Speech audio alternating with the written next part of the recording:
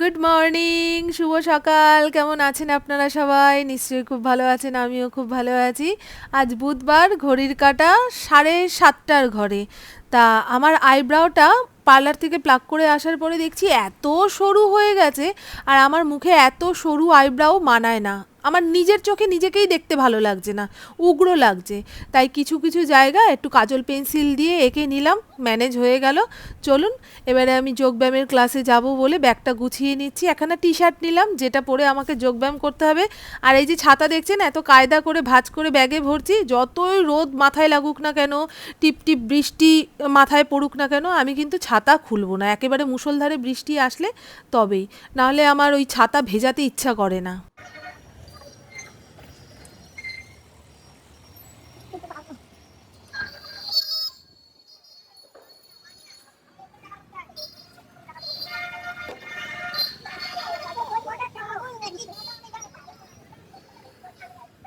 বিড়ালগুলো ভাবছে ওর বাচ্চাদের নিতে এসছিল।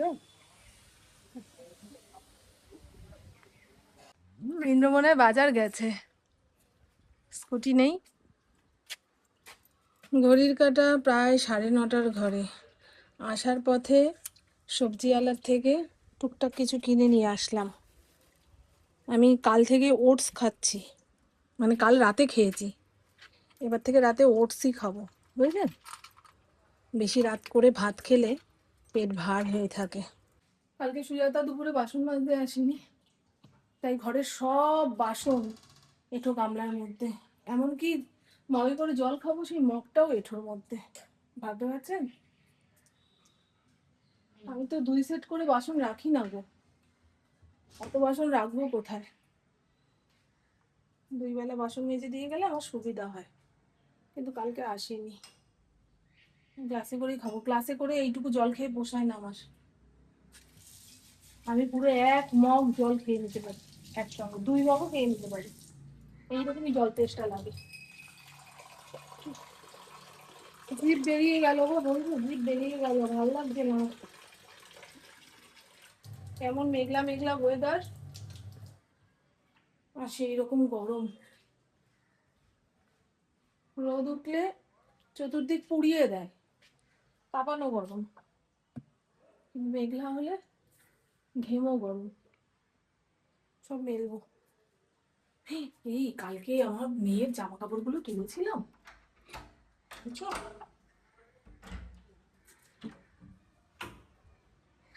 হ্যাঁ তুলেছিলাম গো। চলো, এই দেখো বাসনের মেলা। জলও আসেনি, পুপু টিউশন আছে, 12:30টার সময় বেরোবে। কালকে রাতে জিজ্ঞাসা করে নিয়েছি যে গরম ভাত খেয়ে বেরোবি, বলে দিও, মেখে চুকে খাইয়ে দিলে খেয়ে বেরোবে। আসবে সেই 3টে 3:30টের সময়। বলুন তো, চা বিস্কুট খেয়ে অতক্ষণ থাকতে পারবে? ও মা, জলটা খেয়ে চাল ধুয়ে চালটা ভিজিয়ে রাখি, সুজাতা হাঁড়ি মেজে দিয়ে যাওয়ার সঙ্গে সঙ্গেই ভাতটা বসিয়ে দেবো। ইন্দ্র চলে আসবে, তার আগে ঘর দুয়ার মুছে শুকিয়ে ফেলতে পারলে বাঁচি, নাহলে পা দিয়ে পাড়া পাড়া করবে। পাড়াচ্ছি না করেও এ মাথা ও মাথা। কি বলবো বলুন তো? কি কি নিয়ে আসছো আবার? বাবা, তুমিও আজকাল গাছ কিনছো? দোপাটি? এই ঘর দুয়ার ভাঙা হবে, এখন গাছ এনে লাভ আছে? বাবা, আমার মামনের শত্রুপক্ষকেও যে শত্রুপক্ষ মানতে হবে। এই তাহলে, তাহলে আর কি ভালোবাসা হলো? সকালের সমস্ত কাজকর্ম সেরে আমি শ্যাম্পু করে স্নান করে আসলাম। আর আমি যেদিন যেদিন শ্যাম্পু করি সেদিন নয় নিচের ঘরের পায়খানা বাথরুম, না হলে ওপরের ঘরের পায়খানা বাথরুম ডিপ ক্লিন করে নিই। আজকে নিচের ঘরের পায়খানা বাথরুমটা ডিপ ক্লিন করেছি। মারাত্মক খিদা পেয়েছে, একার জন্য চা বসিয়েছি। পুপু তো ভাত খেয়ে টিউশনে যাবে, চালটা ভিজিয়ে রেখেছিলাম। সুজাতা ভাতের হাঁড়িটা মেজে দিয়ে গেল, এখন ভেজানো চালটা ভাতের হাঁড়িতে ঢেলে ভাত বসিয়ে দেবো। এখানে চা হয়ে গেছে। আর সকালবেলায় চায়ের সঙ্গে ব্রেড টোস্ট খেতে আমার খুব ভালো লাগে, শুধু বিস্কুট খেলে না পেট ভরে না। এদিকে অ্যালেক্সাকে বললাম যে মেডিটেটেড ইন্ডিয়ার গানা চালাও, সে একের পর এক মন্ত্র কিংবা ঠাকুরের গান চালিয়েই যাচ্ছে। সকালের দিকে কারোর সঙ্গে খুব একটা কথা বলতে ইচ্ছা করে না, এই ঠাকুরের গানগুলো শুনলে দেখি মন ভালো হয়ে যায়। পুষ্টিবর্ধনম উর্বারুকমিব বন্ধনান মৃত্যুর্মুক্ষীয়মামৃতাৎ।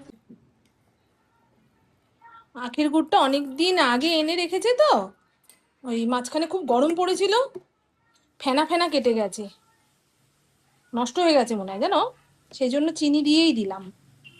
আর ঘরে চিড়া মুড়ি ছাতু সবই বাড়ন্ত, এতদিন ওই চিড়া আম চলছিল, তাই এগুলোর কথা খেয়াল নেই, যেটুকু ছিল সেটুকু দিয়েই ওকে খেতে দিই। আজকে আর ওনার বাইরে কাজ নেই, বুঝেছেন। হ্যাঁ প্রভু নাও, মুড়ি আনতে হবে, ছাতু আনতে হবে, চিড়া আনতে হবে, সবই আনতে হবে। কয়টুকু দিয়েছি, দিয়ে মন ভরলো না, খেয়ে মন ভরবে তোমার? সারা দিন টিভিতে খবর দেখছে, ফেসবুকে খবর দেখছে, খবর মনে মুখস্থ করে। সাজুগুজু করে আপনাদের সামনে আসলাম। আমার আইব্রাউটা এত সরু করে দিয়েছে, কাজল দিয়ে ম্যানেজ করতে হচ্ছে। পুবো বলছে ভালোই লাগছে, কিন্তু আমি কখনো এত সরু করে আইব্রাউ করি না তো, নিজের হাতে নিজে করি, যেমন ইচ্ছা তেমন। কিন্তু এখন সরু হয়ে গেছে, মনে হয় মুখটা কেমন যেন লাগছে, চোখের এইগুলো ফুলে ফুলে রয়েছে। সে যাই হোক, কদিন দেখতে দেখতে আবার অভ্যাস হয়ে যাবে। আর কাল রাতে লক আপ শোটা দেখছিলাম। আগে যে কোনো শো টিভিতে হতো, কালার্স বাংলা কিংবা কালার্স বাংলা না, কালার্স, এই সমস্ত চ্যানেলগুলোতে হতো। এখন নেটফ্লিক্সে করে দিয়েছে সব, টাকা ভরো তারপরে দেখো। নেটফ্লিক্সে টাকা ভরেছি 199, তারপরে ওই লক আপ শোটা দেখছি, এত ভালো লাগছে। যেদিন মাথায় শ্যাম্পু করি চারিদিকে চুল চুল চুল চুল, মাথায় মনে হয় অত চুল নেই, যা চুল চতুর্দিকে ঘোরায়। এই দেখুন, আজকে কাটাপোনা মাছ এনেছে আর লোটে মাছ এনেছে। কদিন ধরেই আমার লোটে মাছ খেতে ইচ্ছা করছিল, লোটে মাছ সঙ্গে টকের ডাল। তা আজকে লোটে মাছটাই করব। পুবুকে এক পিস মাছ ভেজে দিই, হাতে সময় আছে।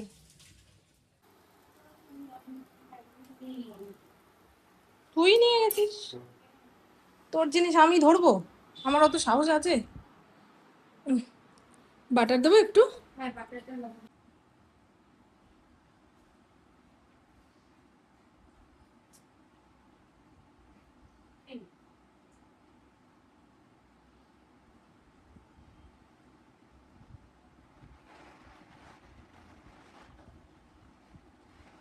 কুয়াশার ফুল।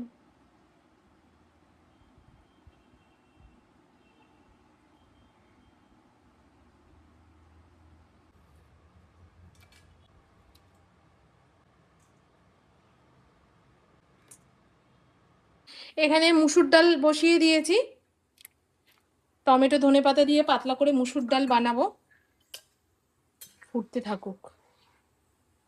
আমার কানে কুয়াশার ফুল চলছে।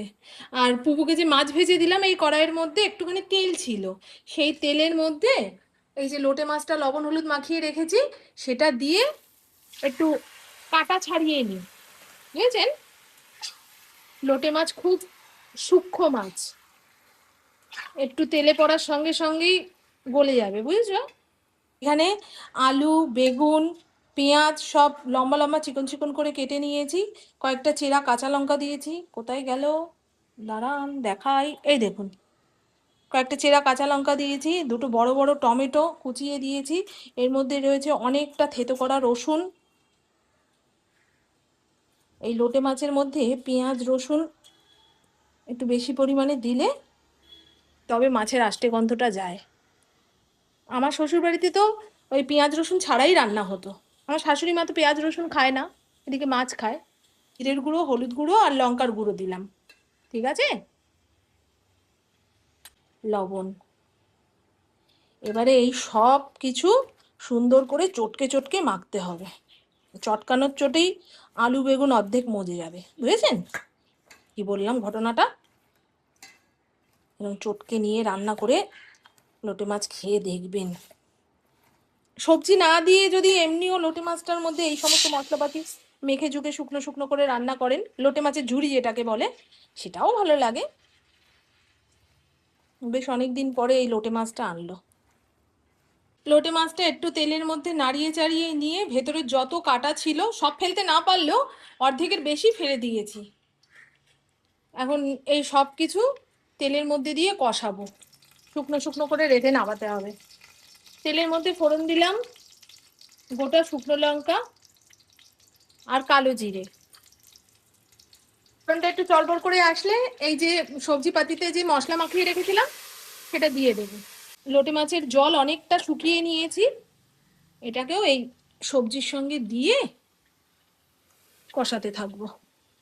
আমাদের ইন্দ্র প্রত্যেক দিন এই সময়ে হাতে করে আমার জন্য সারপ্রাইজ নিয়ে আসে। মামন আসো শিগগিরই, দেখো কি এনেছি। কি এনেছো সোনা? ফুলকপি। মাছের দিন দিচ্ছিল, নিলাম না আমি।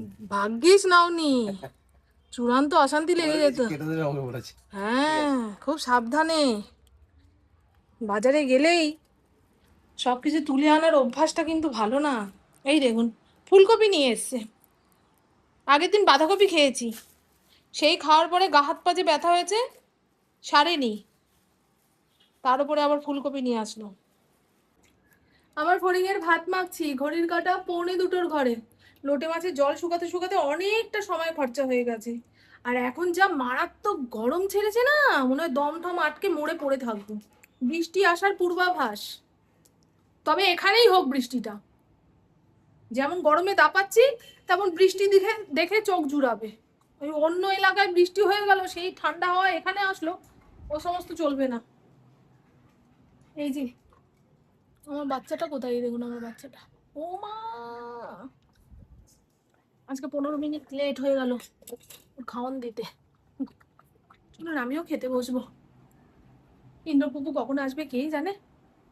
ইন্দ্রকে একটা ফোন করি, অফিসেই বসে আছে। ফড়িংয়ের জন্য প্রেসার কুকারে ভাত বসিয়েছিলাম, তার মধ্যে ওল ভাতে দিয়েছি, আর ফড়িংয়ের জন্য পেঁপে ভাতে দিয়েছিলাম, তা ওরটা ওকে দিয়ে দিয়েছি। আর ওল ভাতেটা কাঁচা লঙ্কা, কাঁচা তেল আর অল্প একটু কাসুন্দি দিয়ে মেখেছি। এইভাবে ওল ভাতে মাখলে খুব ভালো লাগে খেতে। কাসুন্দি না থাকলে ওই সর্ষে বাটা দিয়েও মাখতে পারেন।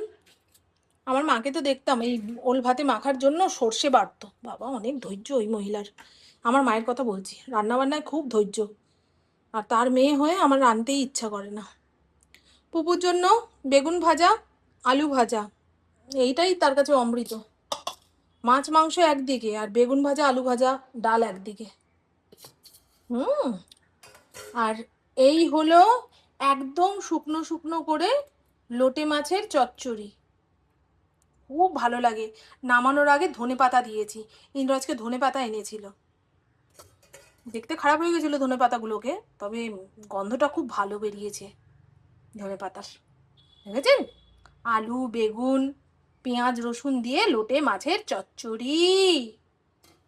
একবার এইভাবে রান্না করে খেয়ে দেখবেন লোটে মাছ। আগে লোটে মাছ কেউ খেত না বলে বাজারে সস্তায় বিক্রি হতো, আর এখন সবাই খেতে শিখে গেছে। লোটে মাছের চপ বানিয়ে খাচ্ছে, চচ্চড়ি বানিয়ে খাচ্ছে। আর এই হলো, এটা কি, পাতলা করে টমেটো ধনেপাতা দিয়ে মুসুরির ডাল, অমৃত অমৃত। কি গরম লাগছে, আর দাঁড়াতে পারছি না ভাই। তরকারি পাতির নাম ভুলভাল বলবো এবারে। কোথায় গেল, কি দিয়ে ঢাকবো বলেন তো।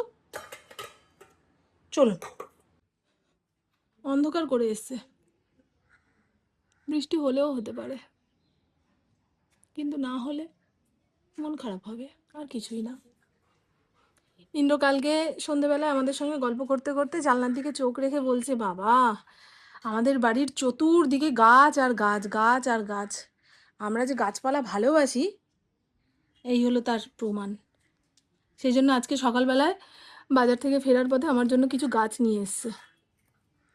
ঘরে আনা হলো না, দোপাটির চারাগুলো ছাদের টবে বসিয়ে দিয়েছে, আর 9 o'clock গাছগুলো আছে না, ওটা বাইরে রেখেছে। নিয়ে আসলে ভালো হতো। নিয়ে আসি বলুন, পরে ভুলে গেলে না পুরো শুকিয়ে কাঠ হয়ে যাবে। তুই আবার নতুন উদয় হয়েছিস নাকি রে? হ্যাঁ, রঙ্গিলা এখন প্রত্যেকদিন ভাত খেতে আসে না, এখন এইটার উৎপত্তি হয়েছে। যা, এখন যা, যা হবে পরে হবে, যা।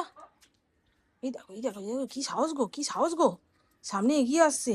এ আবার মহিলা, একে বেশি পাত্তা দেওয়া যাবে না। চলো চলো চলো, বেরো বেরো বেরো, বেরো বেরো বেরো। ইন্দ্র আসলে খেতে দেবে। দেখো ভয় নেই, হ্যাঁ এই মেয়েটার ভয় নেই, বাড়িতে ছেলে আছে, মেয়েকে আশ্রয় দেওয়া যাবে না। চলো, ছেলে ঘর বসে পাগল হবে। ওই দেখো, দেখো, দেখেছো, দেখো দেখো দেখো দেখো দেখো দেখো, গ্রিল ভেঙে বেরিয়ে আসবে। আই যাও, যাও, যাও, পরে যাও, এখন না, যাও, ভয় নেই। কানে পোকা মোকা নিয়ে আমার ছেলের সঙ্গে দেখা করতে এসছে। দেখো, আমি কি মেনে নেবো নাকি ওকে? ও কি ভাবছে আমি মেনে নেবো? বেরো, ইন্দ্র আসুক তারপরে খেতে দেবে এখানে। এই দেখুন, এই গাছ অনেকগুলো কালারের এনেছে গো।